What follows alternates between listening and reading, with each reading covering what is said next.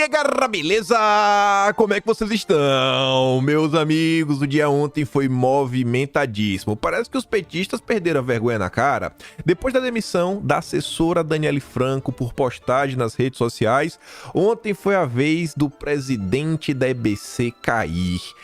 Compartilhou algumas coisinhas e fez alguns comentários grotescos, e sua situação no governo ficou insustentável. A gente vai falar sobre isso, vamos falar sobre o consórcio e mais alguns probleminhas que o Dilma vem enfrentando no segundo tema, mas quero abrir o vídeo hoje comentando sobre Bolsonaro, sobre uma decisão aí da PGR, quero falar sobre o nosso judiciário, falar um pouquinho de Ministério Público e falar sobre o judiciário no que diz respeito à agenda. Parece que o Lula anda meio preocupado com algumas discussões porque tá respingando nele. E não é só que tá respingando nele, parece que a sociedade não tá muito contente e ele vem perdendo aprovação.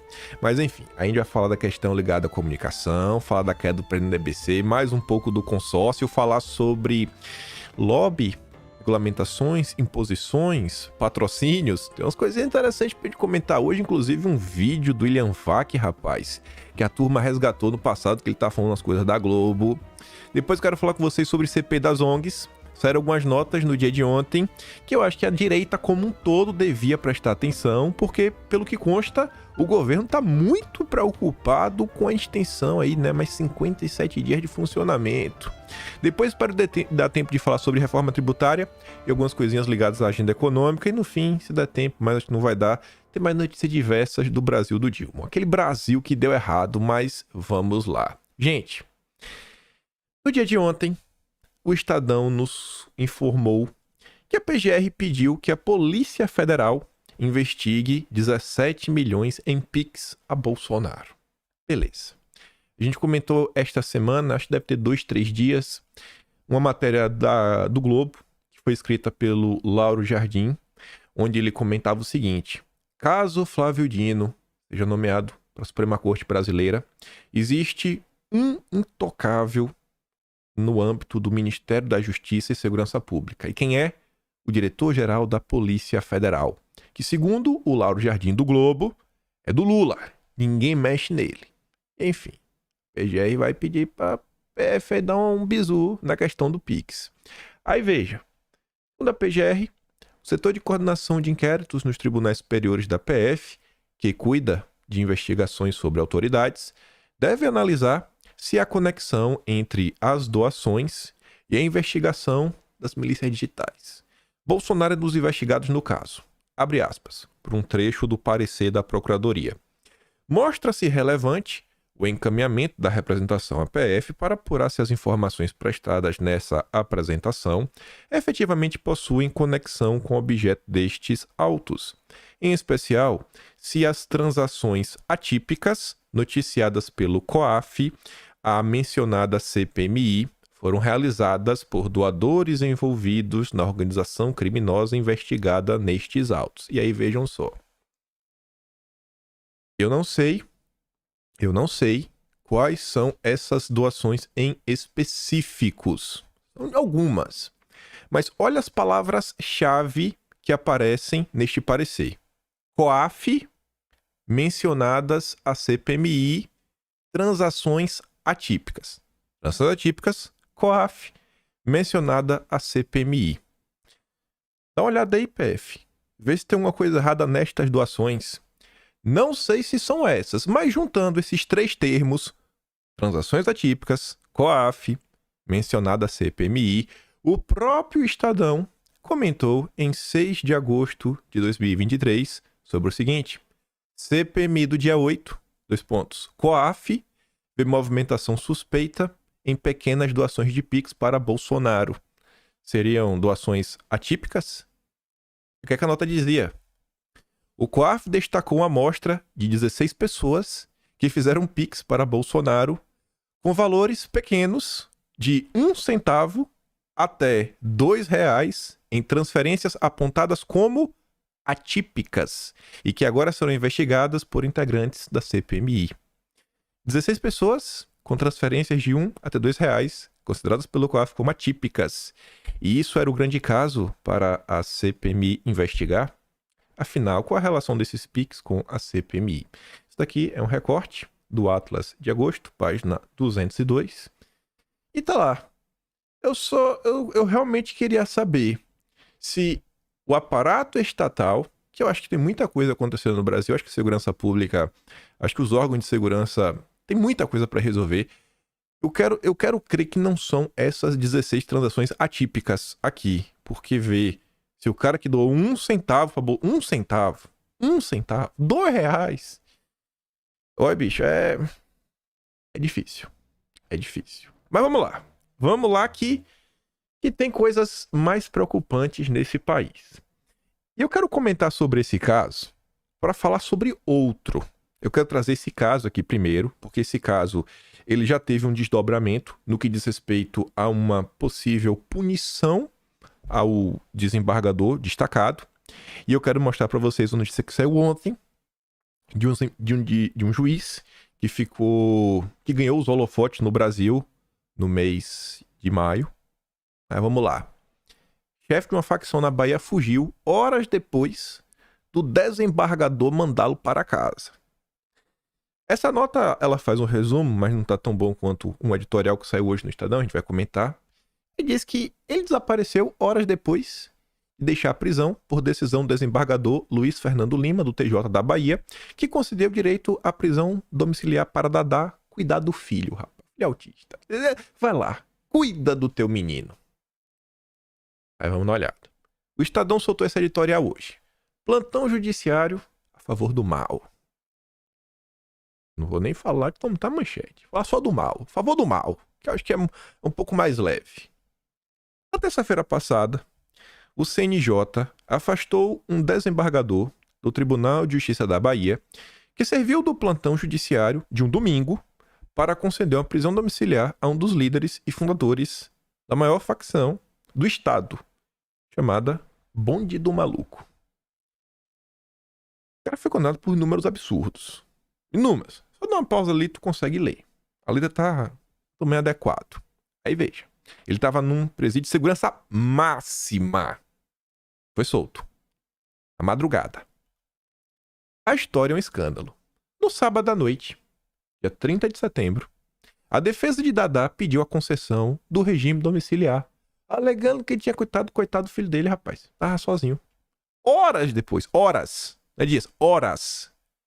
Na madrugada de domingo, o desembargador Luiz Fernando Lima considerou adequado e justificado o pedido e concedeu a prisão domiciliar a Dadá em razão do filho ser completamente dependente da figura paterna. A decisão do desembargador plantonista foi revogada horas depois.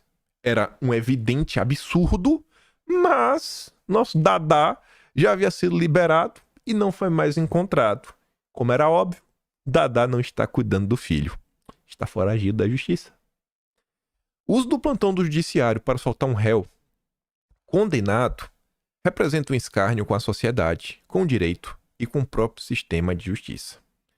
Isso aqui não é a primeira vez que acontece, né? Tivemos um caso muito preocupante anos atrás, de um cara lá, alguma coisa do rap, vou nem falar o nome completo, mas voltando, a imagem de todo o judiciário fica maculada, e fica mesmo, porque a preocupação fala, esse é o poder judiciário, esse tira o todo pela parte, isso é normal, não dá pra criticar as pessoas por agirem assim. Quando a sociedade vê um desembargador atuando na prática em favor de um integrante de uma organização do mal.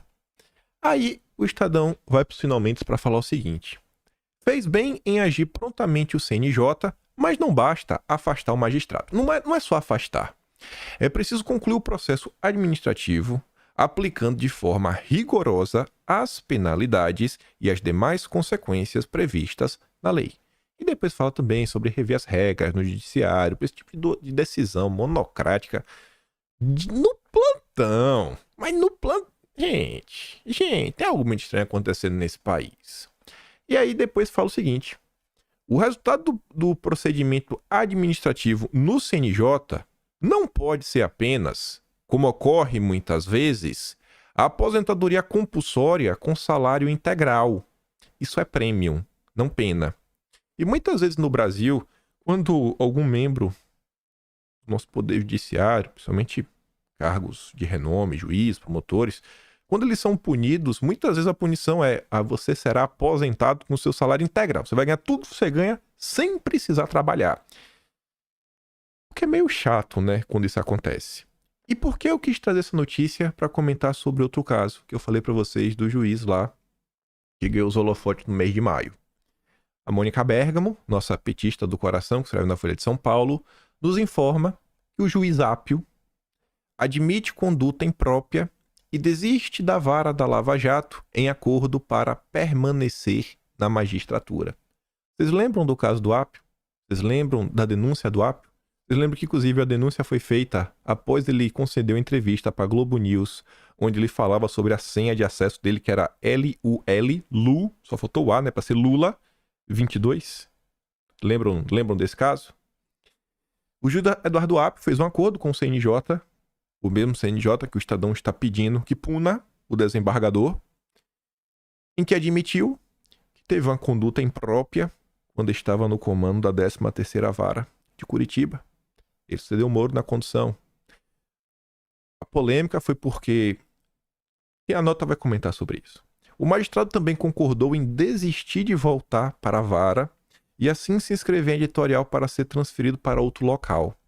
Apio foi afastado da 13ª Vara pelo TRF4 depois de uma denúncia de que ele telefonou para o filho de um desembargador do tribunal fingindo ser outra pessoa, passando trote. O juiz passou então a responder a um processo administrativo.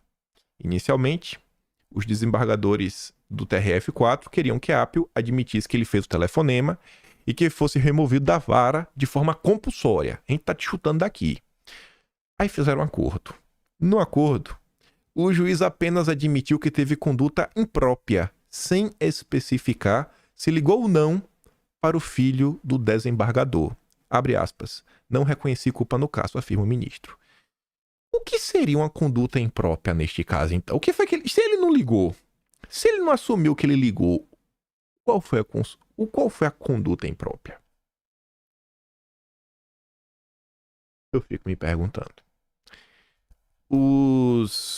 Quem defende o Apio, inclusive, é um grande jurista.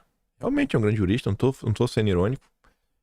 Eu discordo dos caminhos e da direção que ele resolveu dar ao seu conhecimento. Mas é um cara que, sem dúvida, sem sombra de dúvida, tem muito conhecimento. Amigo lá, inclusive, do Reinaldo Azevedo. Vai estar naquele evento de discussão da Lava Jato. Quem tiver memórias deve saber quem é. E é que tá defendendo é o Apio, né? Ele também não será removido compulsoriamente. Ele vai sair pela porta da frente. Ele vai apresentar um pedido voluntário de transferência e se inscreverá em um edital para que ela ocorra. Aí, diante dessa nota, refletindo sobre a nota anterior, será que o desembargador da Bahia vai sofrer a punição rigorosa que a lei determina? Ou será que, no máximo, vai ser mais um que vai se aposentar com uma aposentadoria integral? Será que isso daqui também não macula, muitas vezes, a opinião de alguns setores, né, de algumas pessoas perante a sociedade? Será que não falta pela parte da própria imprensa um pouco mais direta, mais clara no que está comentando? A Mônica Bergamo é petista, né? Então a gente sabe que o papel dela é passar um paninho. E aí, se vocês quiserem saber um pouco mais sobre esse caso, pormenores, inclusive informações extras da época, um print que rolou nas redes sociais, que foi postado por um rapaz que tem fotos com o Dilma, inclusive o Dilma foi passar sua primeira noite livre na casa dele, tem notícias disso na época de 2019, tem tantas outras coisas, tá no Atlas de maio, a partir da página 260, né? Tema, o Judiciário Brasileiro, confusão na Lava Jato. Deixa aí de sugestão. Mas vamos continuar. Segurança Pública também. Os guarda-chuvas que a gente comentou nos últimos dias, aqueles 21 que sumiram, que era a turma do Exército, então, foram oferecidos à turma do CV, conhece o CV, né? Essa sigla, por até R$180 mil cada um. O Exército do Dilma precisa esclarecer o que é que está acontecendo neste país. Cada guarda-chuva desse pesa em média quase 5 quilos, consegue derrubar helicóptero, aviões sem blindagem e atingir alvos a uma distância de até 2 quilômetrozinhos. Besteira, né? Pouca coisa. Pouca coisa. Imagine se isso daqui tivesse ocorrido sob a gestão de Bolsonaro. Mas como é do Lula, não ganha holofote, não ganha destaque. A Rede Globo nem comenta. Esquece a Rede Globo. Aí, o que eu comentei para vocês, pra gente começar agora a encaminhar para a queda do presidente da EBC. Planalto vê desgaste para Lula com pauta de costumes na Suprema Corte e age para tentar mudar a agenda. Uai, o Lula, ele tem capacidade de influenciar no poder judiciário? Não é possível. Onde está a independência entre os poderes? É o primeiro questionamento a ser feito. O governo defende que a Corte se concentre em assuntos econômicos e observa com preocupação o avanço do Senado de propostas que limitam poderes da Corte. Mas não se preocupa não, que isso dificilmente vai avançar. O Lira vai segurar tudo. Só que veja que engraçado. Ministros de Lula, ouvidos pelo Globo, identificaram queda de popularidade de Lula nos estados após a Corte pautar temas relacionados a costumes. Esses auxiliares citam que uma parcela da população vê influência da gestão petista quando a Corte trata desta agenda. Óbvio, mas isso é óbvio. Quem em sã consciência acha que não tem nenhum tipo de relação? Porque o que as pessoas olham no final do dia é o passamento de uma ala. As pessoas olham e falam, pô, a maior parte das pessoas que estão lá são pessoas de esquerda, simpáticas ao Lula.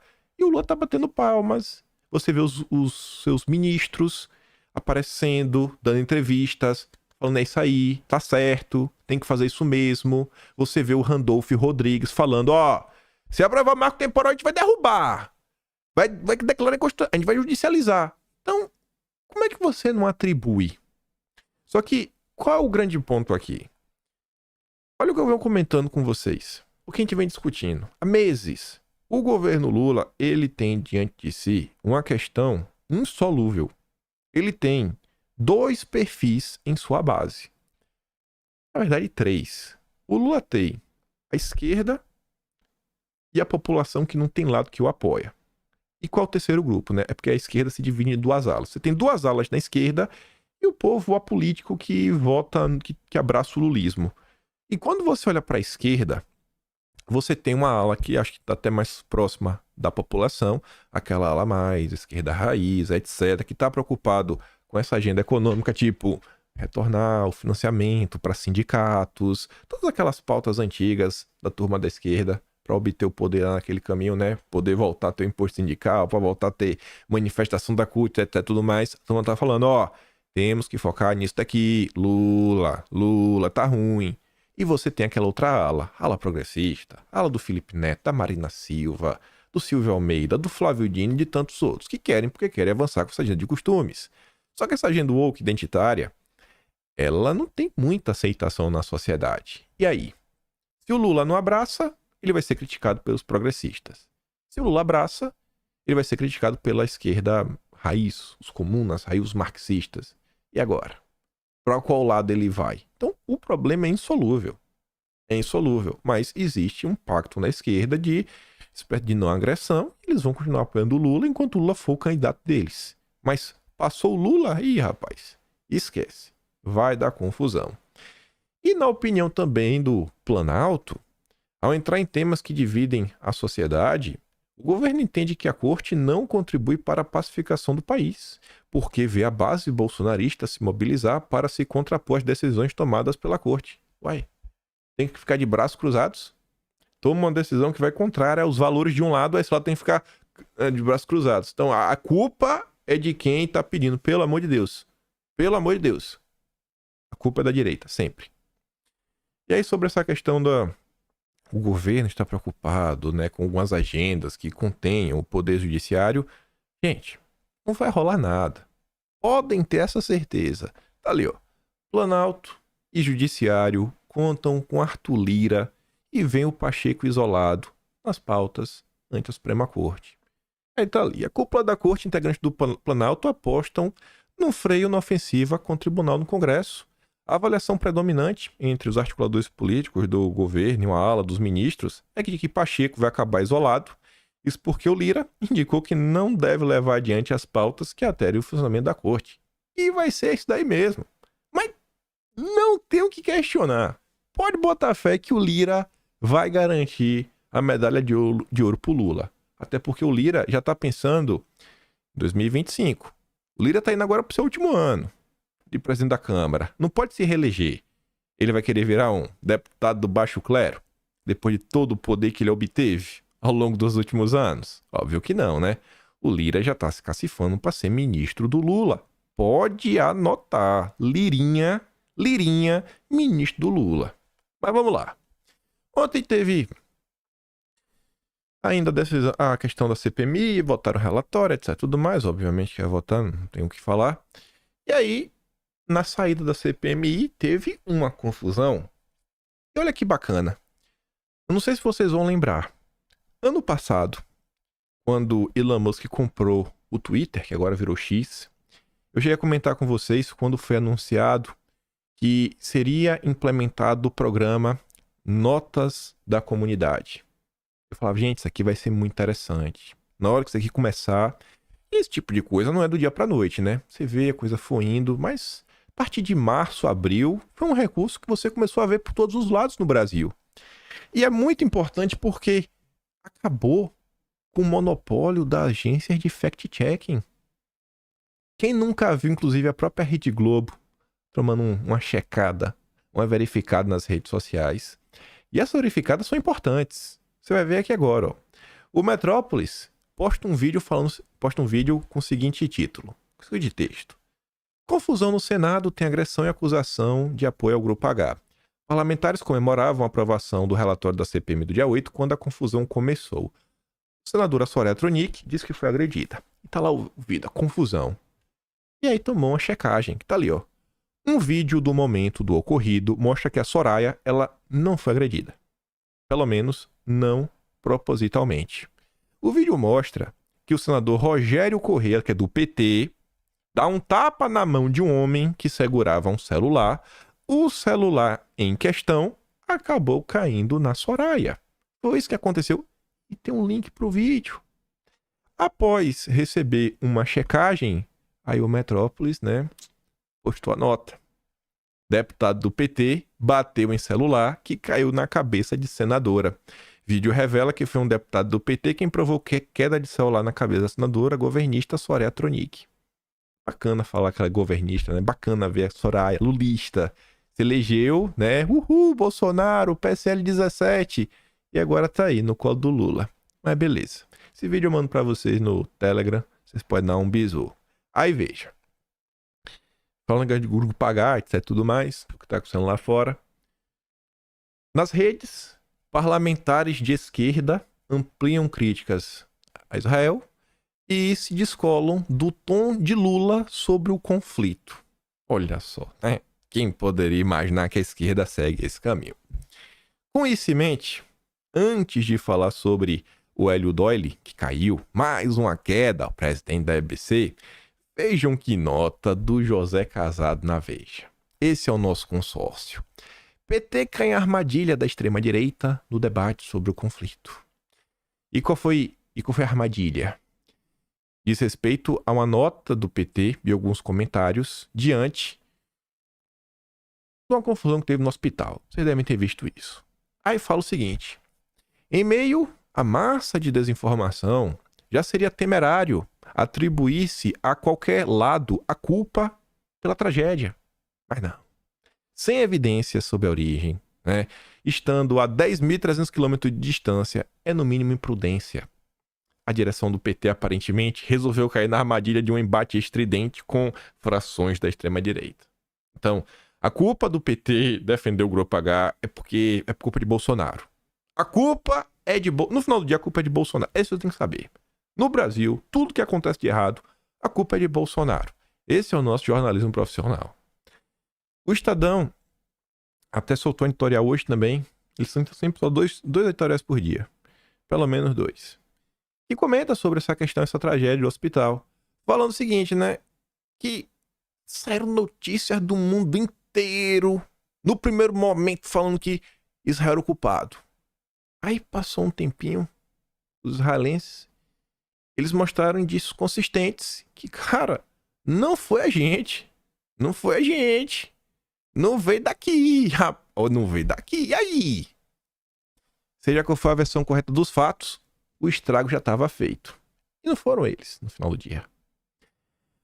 Se Israel, né, fizer alguma coisa errada, que pague. Mas para que a justiça seja feita e os esforços pela paz não sejam implodidos, a imprensa, as mídias sociais e as autoridades também precisam exercer o seu dever de autocontenção, porque todo o consórcio brasileiro colocou a culpa, passado normalmente, a média foi entre meia hora a 1h30. Os veículos modificaram as suas notícias. Padrão Globo de qualidade. Mas vamos lá. Quem foi uma dessas autoridades que saiu, né, apontando o dedinho de forma indireta? Foi ele, Hélio Doyle. A CNN comentava, o porta-voz lá, falou com exclusividade da CNN e negou que foi o país que realizou o ataque, cara. A questão lá no hospital, não, nada a ver. Não nega, tá aqui, ó, tá na manchete, ó. Nega o ataque ao hospital. Não foi a gente. Aí vem o Hélio Doyle. E a CNN acreditou. Depois ficou provado, né?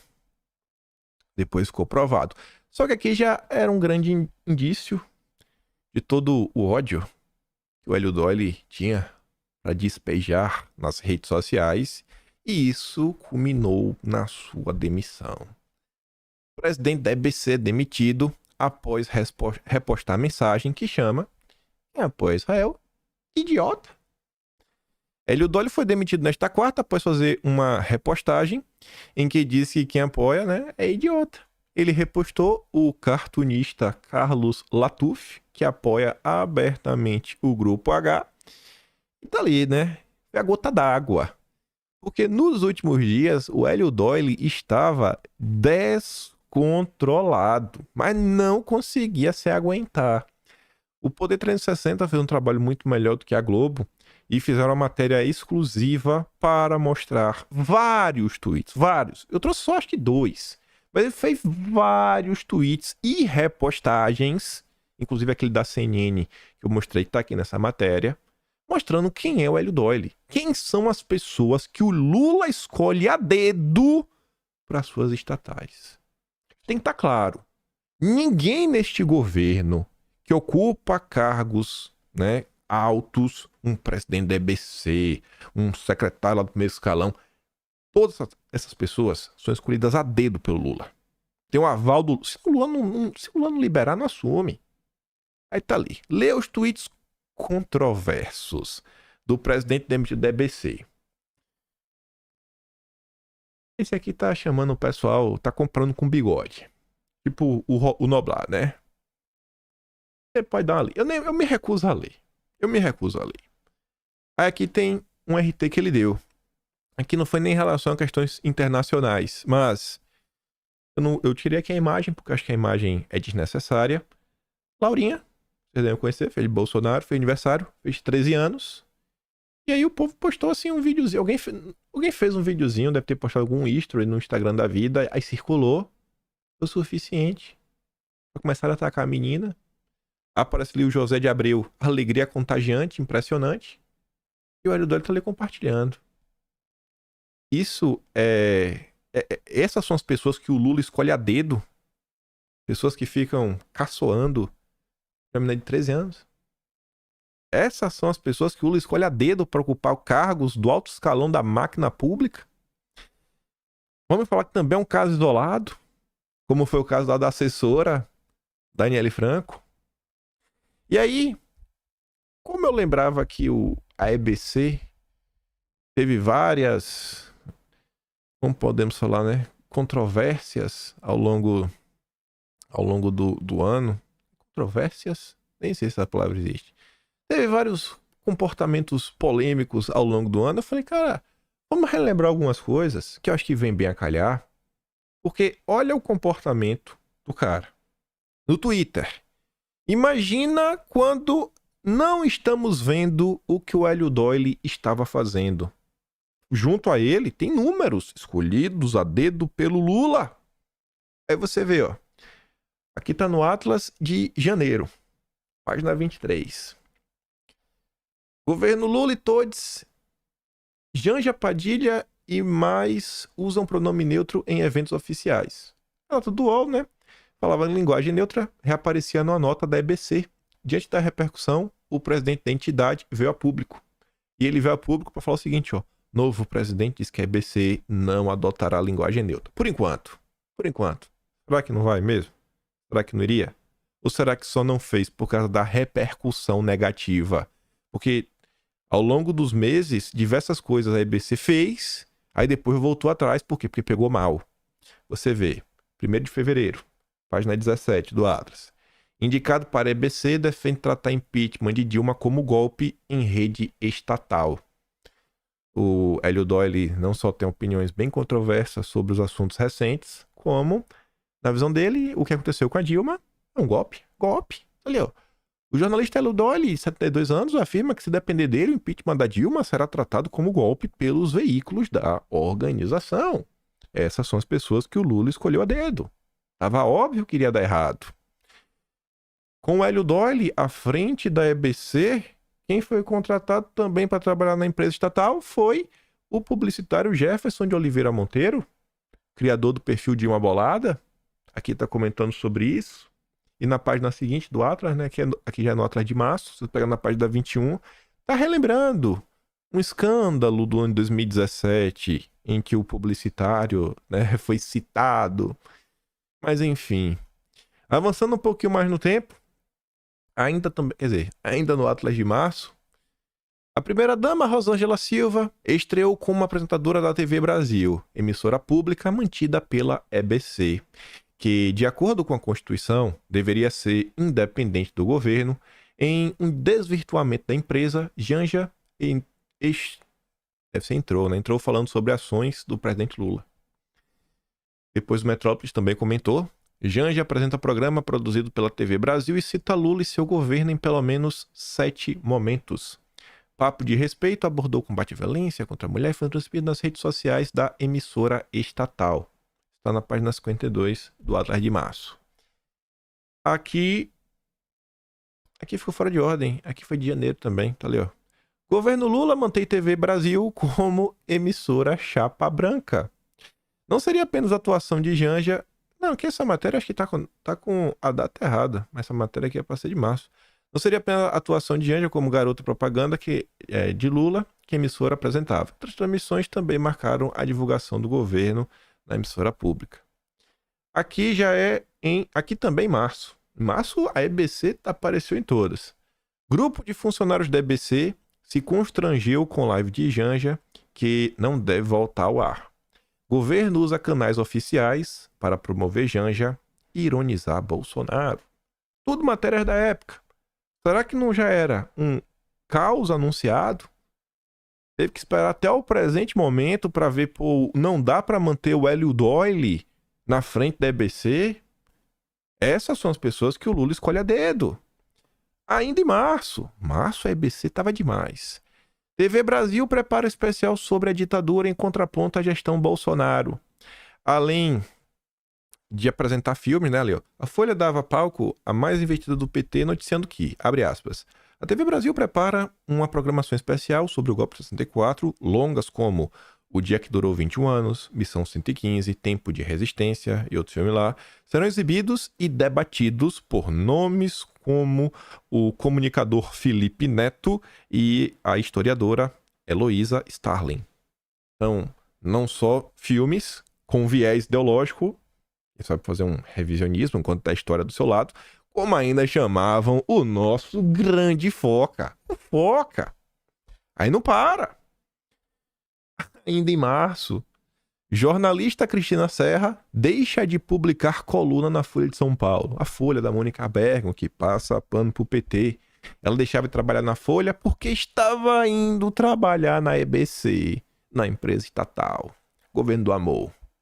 Aí agora avançando. Agora no mês de maio. No mês de maio.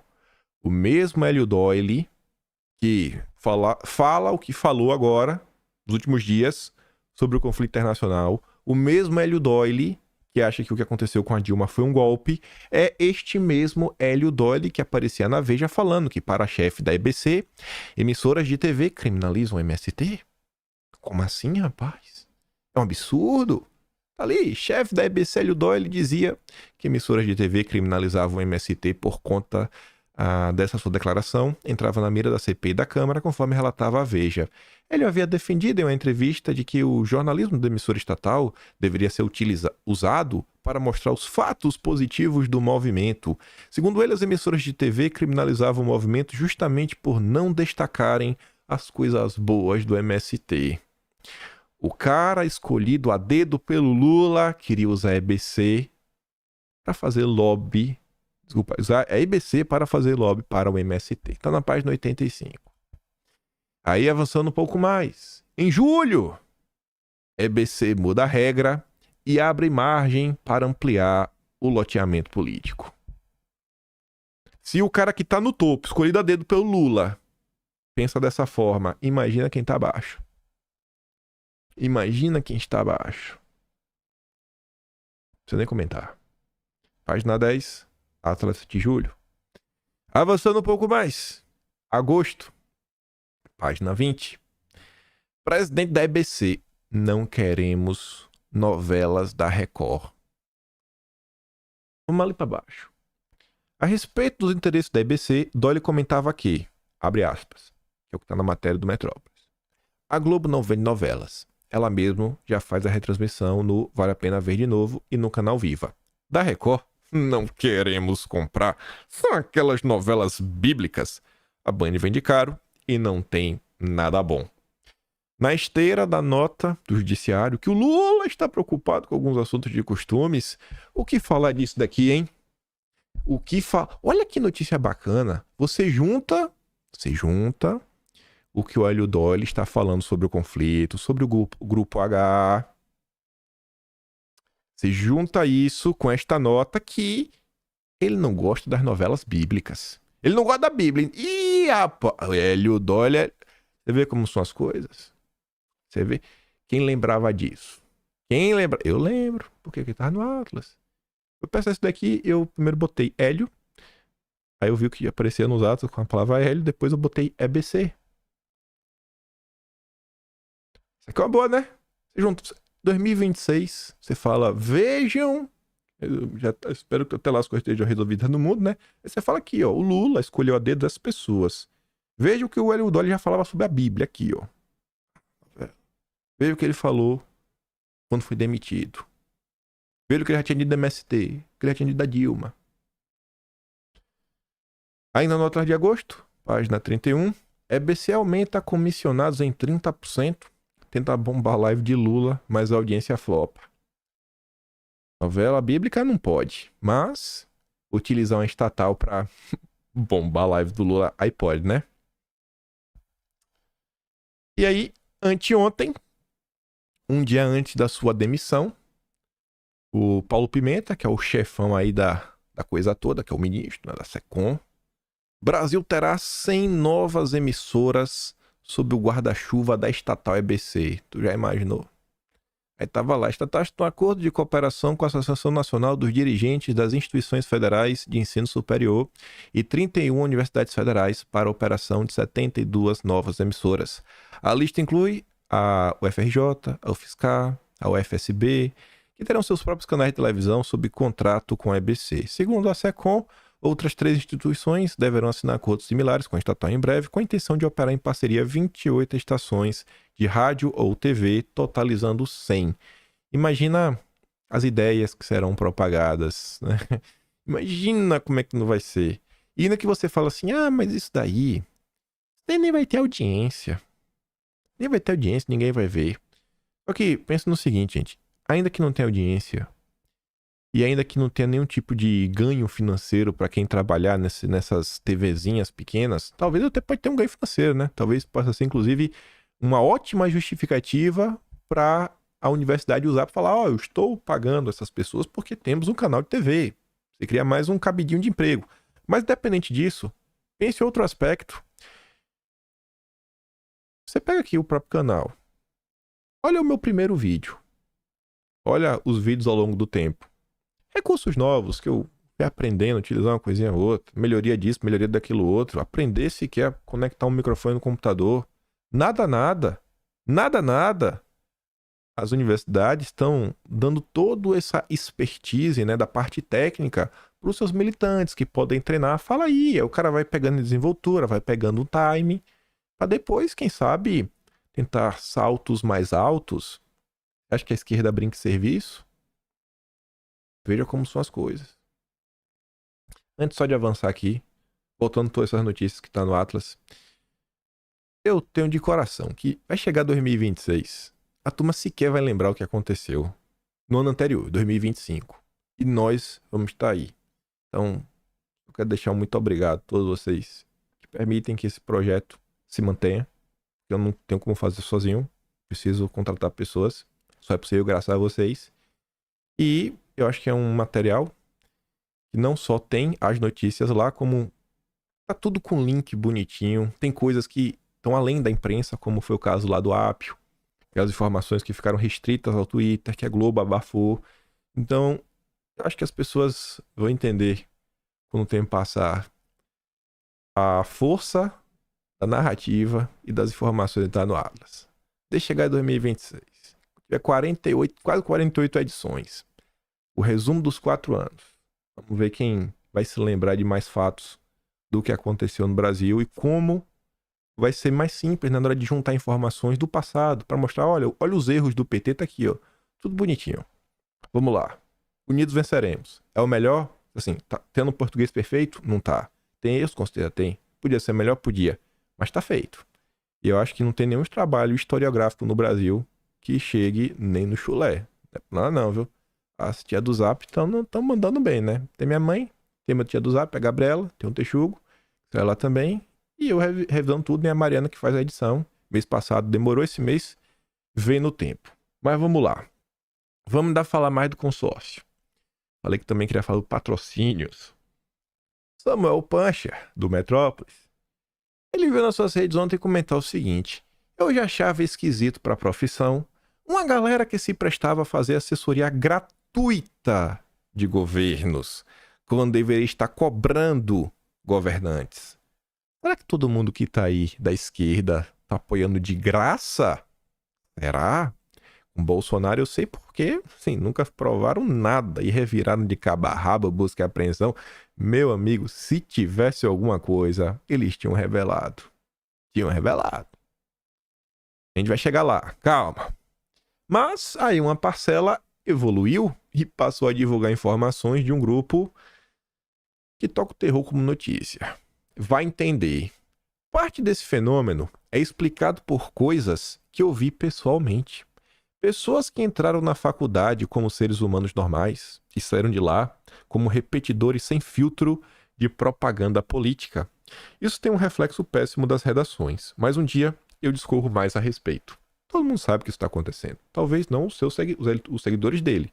Mas a turma da direita já percebeu, né? A doutrinação nas universidades. E aí, quem trouxe uma informação extra foi a Anitta. Ela deu RT aqui no Samuel Puncher. Quando ele fala, né? Tem muita gente aí apoiando de forma gratuita, ele não entende. Aí a Anitta fala assim, ó. Bom, a ideia de gratuidade, essa ideia acaba quando algum ser de luz solicita por lei, que é a Lei de Acesso à Informação, o planejamento de mídia do órgão público, como relatório de mídias autorizadas pelas agências de propaganda. Inclusive, fica a dica aí, já que vocês devem estar vendo a Petrobras por aí todo o tempo. Não, esse negócio de apoio de graça. Entra com LAI, um pedido no LAI de acesso à informação, de mídias, agência de publicidade, principalmente nessas estatais. Veja o que você encontra. A Anitta colocou aquela imagem ali, ó. 2 contratos, empresas de comunicação, início da vigência, a gente fica se questionando. Aí eu fui dar uma lida nos comentários do Sam Punch, é o que a Anitta falou, né? Fica vendo a Petrobras por aí todo o tempo. Bom, eu não fui checar, mas eu fiquei intrigado com esse comentário aqui do Mafinha, respondendo ao Samuel Pancha. E o Mafinha fala assim, pô, todo mundo tá recebendo propaganda da Petrobras. Hahaha. Tenho o costume de ouvir podcast de esquerda e tem propaganda da Petrobras em todos. Tá totoso demais, meu amigo. Os jornalistas estão felizes. Aí eu não sei. Eu não escuto os podcasts da esquerda, mas deixa aí de sugestões pra vocês, né? Será? Será que realmente tem gente aí? Às vezes tá fazendo propaganda de graça pra Petrobras, né? Às vezes tá divulgando pela causa. Porque gosta do Lula. Não pode sair acusando assim, né? O certo é um pedido da lei de acesso à informação e dá uma olhada. O Mafinha tá meio... O Mafinha tá demais. Mas enfim, né? Achei uma baita coincidência esse comentário e esta resposta. Ainda mais porque esse comentário do Mafinha foi a 1h02 da manhã. E a postagem da Anitta é 1h40. Então nem dá pra falar que o Mafinha viu a postagem da Anitta, que tá com esse print aí, pra comentar isso daqui. Mas, enfim. Aí quando fala sobre o consórcio, esse consórcio totalmente parcial, que sempre puxa pra um lado. Eu vi um vídeo ontem que eu falei, nossa, bicho. Esse vídeo aqui foi postado em 2019. Uma entrevista que o VAC concedeu para o Pondé, né? Tá no canal do Pondé, entrevista completa. Olha o que Lian Vac fala sobre o jornalismo. Da sua pergunta, ela é muito contundente, porque ela se dedica a estabelecer qual foi o papel da chamada grande imprensa. Aí sim, eu vou fechar um pouquinho o foco. Vou entrar nos grandes grupos de comunicação, especialmente a TV Globo. E qual é o papel desses grupos em todo esse caminho? Por exemplo, da TV Globo foi muito ruim para ela, porque desde 2013 ela não foi capaz de entender que enquanto ela buscava aplausos de grupos de esquerda pagos com dinheiro público desviado para destruí-la, uma parcela crescente da população brasileira passava a ver a TV Globo como mais uma ferramenta de perpetuação da miséria e da ignorância intelectuais e políticas no Brasil, porque é assim que ela ganha dinheiro. E ela se colocou, por decisões editoriais equivocadas, por atitudes de alguns dos seus executivos, numa situação que hoje, na verdade, a gente tem que olhar de dois ângulos. O ângulo esse que você mencionou, da grande guerra cultural brasileira, qual é o papel dos grandes grupos de comunicação nele? Foi destruído nessa onda disruptiva, perdeu a credibilidade. O outro é exclusivamente para um mestrado de business. Como é que um grupo privado, lucrativo, bem organizado, que vive da imagem, consegue se colocar numa imagem tão negativa? É um case study. Uma imagem tão negativa? Será? Eu vejo a Globo hoje. Conta com o apoio de todos os petistas, toda a turma do PSOL, toda a turma que faz o L, os jovens dinâmicos, os progressistas. É a empresa que mais recebe do governo federal verbas de publicidade. A Petrobras colocou um comercial, um único comercial, foram quase 4 milhões de reais. E o William Vac fala, né, sobre manter o poder. Será que a turma tá realmente só pensando no business? Ou será que a Globo realmente entendeu o poder, o funcionamento da máquina? E o engraçado de tudo isso é o seguinte, a gente, todos os dias, né, a gente comenta os absurdos, e todo dia tem algum absurdo da imprensa, e a gente não se cansa de falar, meu Deus do céu, como são desonestos. Você vê, gente, o William Vac hoje tá aí. Eu espero que vocês lembrem pelo que ele foi demitido da Globo. Ele trabalhou na Jornal da Globo, da noite, foi demitido. Uma piada extremamente... Não é uma piada, né? Espero que foi uma piada extremamente preconceituosa. Extremamente. Está na CNN hoje, né? Ganhando muito. Quem é que tá na frente da CNN hoje? Depois do Rubens Menin? O João Camargo? O mesmo que organiza o evento do Grupo Esfera, lá em Paris? Que o William Vac tava lá, inclusive? E a turma finge que o problema do Brasil é Bolsonaro? Será que essa turma realmente acha que o problema do Brasil é Bolsonaro? Porque aqui você vê, essas são falas do William Vac quando ele estava desempregado. Talvez não tinha que prestar esclarecimento pra ninguém. Talvez não tinha que puxar o saco de ninguém. Será que os jornalistas que estão aí, você acha que ninguém sabe do que tá acontecendo? A galera mente. Não tô falando de William Vac que mente. Tem uma galera aí que mente. Mente porque é vantajoso mentir. Porque ninguém quer fazer jornalismo. Todo mundo quer fazer, né, embate político. Aí esse vídeo eu acho que ele é muito bacana. Você vê a própria postura de Julian Bach. Ele desmascara. Ele mostra que ele entende os pormenores, o que tá por trás. Ele mostra que ele entende o que é a Rede Globo. Mas tá caladinho. E assim como ele, vários outros. Porque o sonho da maior parte desses jornalistas é trabalhar na Globo. Grandes salários, status. Mas vamos lá. Pegando o link, quem tá fã de comunicação, pra gente começar a andar na direção da CPI e das ONGs, olha essa nota aqui. Efeito Bruxelas. O poder invisível da Europa por trás do PL das fake news.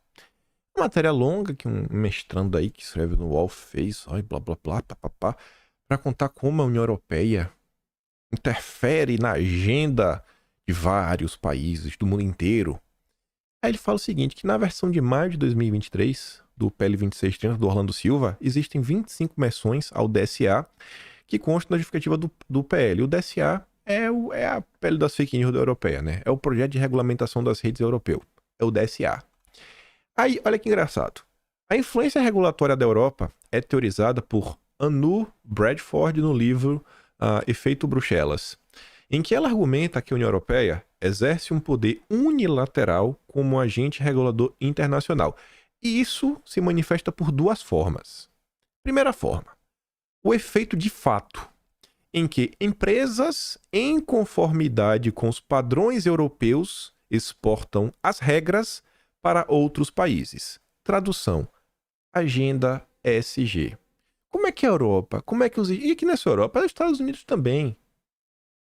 Você tem um mercado, as grandes empresas que formam um monopólio no final do dia, um grande oligopólio, fala, vamos só comprar de quem segue as nossas regras. Vamos só predar. A gente vai pagar um pouquinho mais hoje. Mas a gente tem essa gordurinha. A gente domina o mercado. Vamos pagar um pouquinho a mais. Porque a gente tá botando aqui umas regrinhas que vão ser mais difíceis de cumprir. Só que isso vai privilegiar quem seguir nossas regras. E os pequenos e médios vão quebrar. Quando eles quebrarem, a gente vai e compra. Isso acontece por diversas vezes.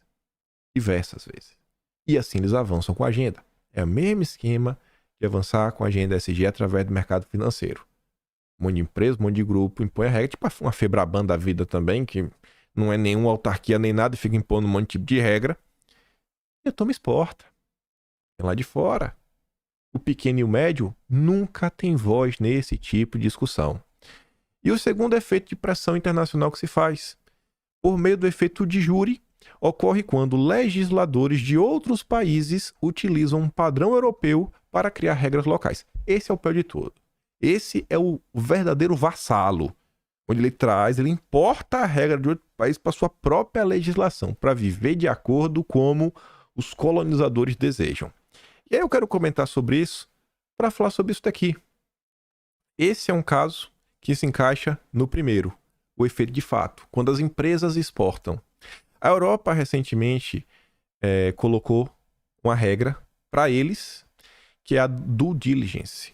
Para você poder comprar alguns produtos como carne, a empresa que te vender tem que comprovar a rastreabilidade do produto, mostrar que aquela carne veio de uma rocinha do bem, do amor, uma rocinha SG, uma rocinha do Lula, de um lulista, né? Porque o bolsonarista é tudo maluco, ninguém segue regra, só os lulistas. Aí eles colocam essa regra. Aí no Brasil, ou você segue ou você tá de fora. E aí tem muita gente que quer exportar, você exporta para um valor melhor, vai tendo mais competitividade, daqui a pouco tu compra a fazenda de seu Zé, tá lá com meu pai, com a Pampa, até eu não consigo comprar esse 10 reais, ainda tá dizendo uma Pampa.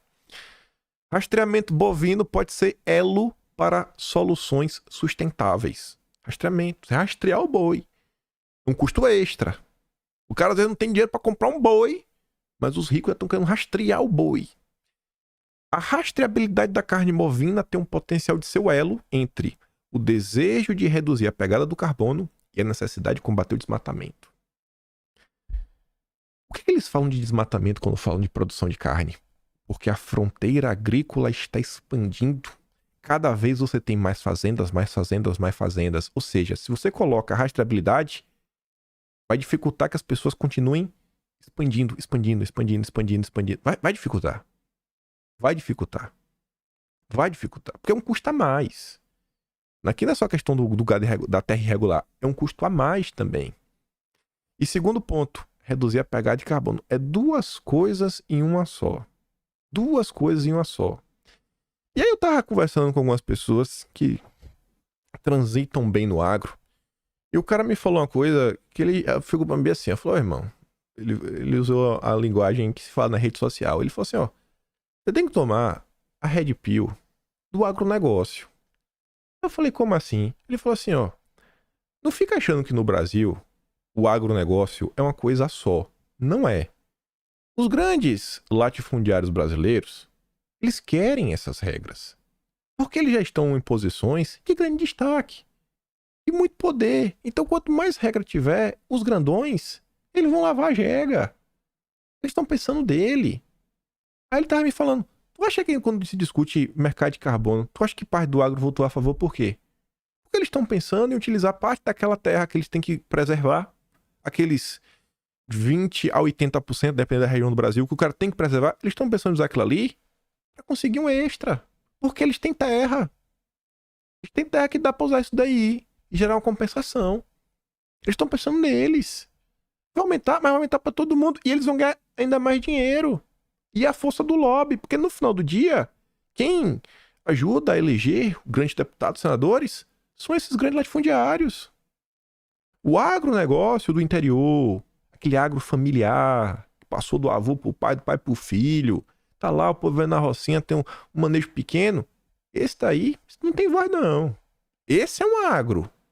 Agora o agrotech, o pop, esse aí é outro. Não confunda as coisas. Eu fiquei pensando nisso. Eu falei, pô, e ele foi me dando exemplo de algumas famílias, alguns nomes, inclusive, passam por aí. Pessoas que, se você botar no Google, você vê, fez campanha aberta para o Lula. Mas o cara é do agro. Fez campanha pro Lula, por quê? Os grandes latifundiários, a maior parte deles adoram o Lula, rapaz. Ele me contou, inclusive, umas histórias do passado, como algumas empresas que não eram nada. Assim, cresceram de forma absurda no primeiro governo Lula. Eu falei, meu Deus do céu, aí. Que viagem, ó. Coisa que eu não sabia, era jovem na época. Mas tá aí, ó. Tudo através de pequenas regrinhas. Regrinhas e mais regrinhas. Mas vamos lá. Quem ainda fala da parte de ONGs. No restante não vai dar pra comentar. Olha pra isso aqui. Pegando aqui o boi nesse negócio de emissões, né? Tendo protesto na Europa, porque não pode andar de avião. Porque avião é um modal que emite muito carbono, tá ali, ó. Este tipo de voos inúteis tem de ser a primeira coisa a ser travada na indústria, né, geno da aviação. Diz um ativista climática que se colou no avião da TAP, que tava voando de Lisboa pro Porto. De Lisboa pro Porto. Não, não pode. Não pode. Aí, sobre essa questão de emissões, etc e tudo mais, e é o que eu discordo grande parte da esquerda por causa disso. Assim, não é porque você discorda da ONU, você discorda da regulamentação europeia, que você tem que abraçar a Rússia, você tem que abraçar o BRICS. Não, peraí, pô. Tem que abraçar o que é melhor pro Brasil. Não é porque um lado é ruim que o outro é bom. Não dá pra ter essa visão maniqueísta. Não tem nenhum amigo do Brasil lá fora. Nenhum, zero. Aí o cara... Esse aqui não é perfil direita. Não é perfil direita. Ele bota ali a imagem da bandeira dos países do BRICS e fala assim, ó. Os países membros do BRICS são potências petrolíferas. Só que o Banco do BRICS prioriza projetos sustentáveis com foco em energia limpa, redução de emissões de carbono e infraestrutura social. O que é que isso difere da Agenda 2030 do ESG? Nada. No final do dia, nada. No final do dia, nada. Por isso tem que parar com esse amor.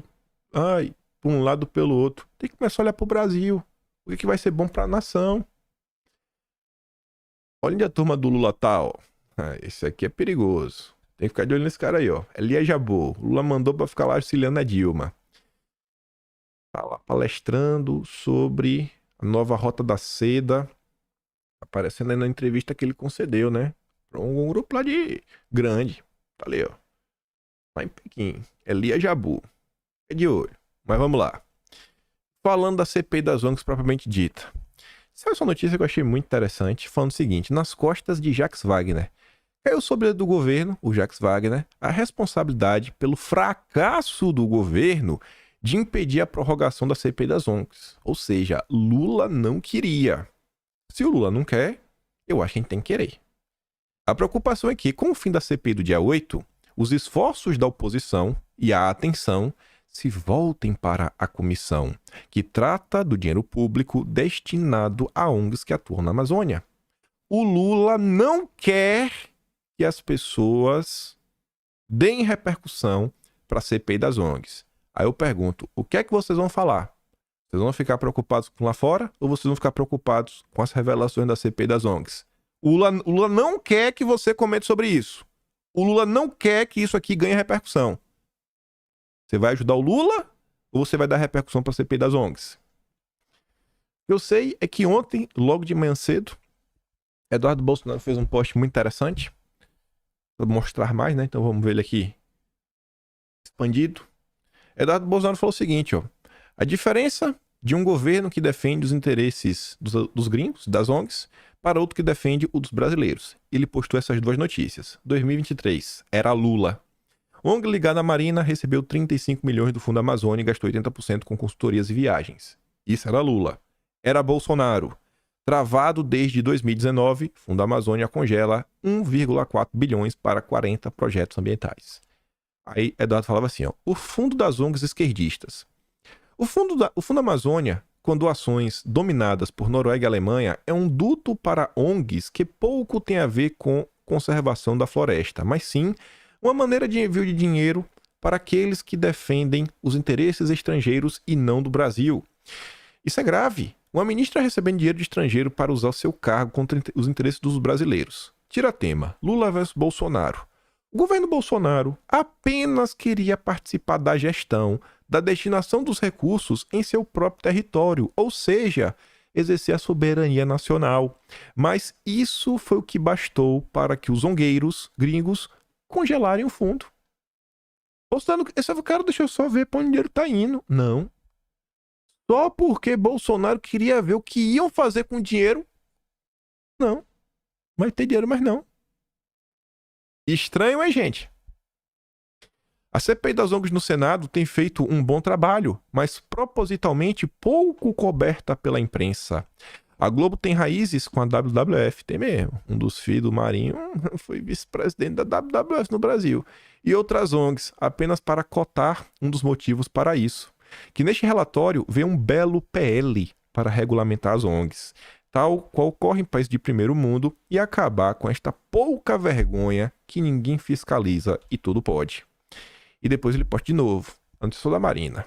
Agora entendi o que vale sair da toca de 4 anos. Brincadeiras à parte, a CPI das ONGs no Senado tem que concluir com a necessidade de se aprovar uma lei para regulamentar as ONGs.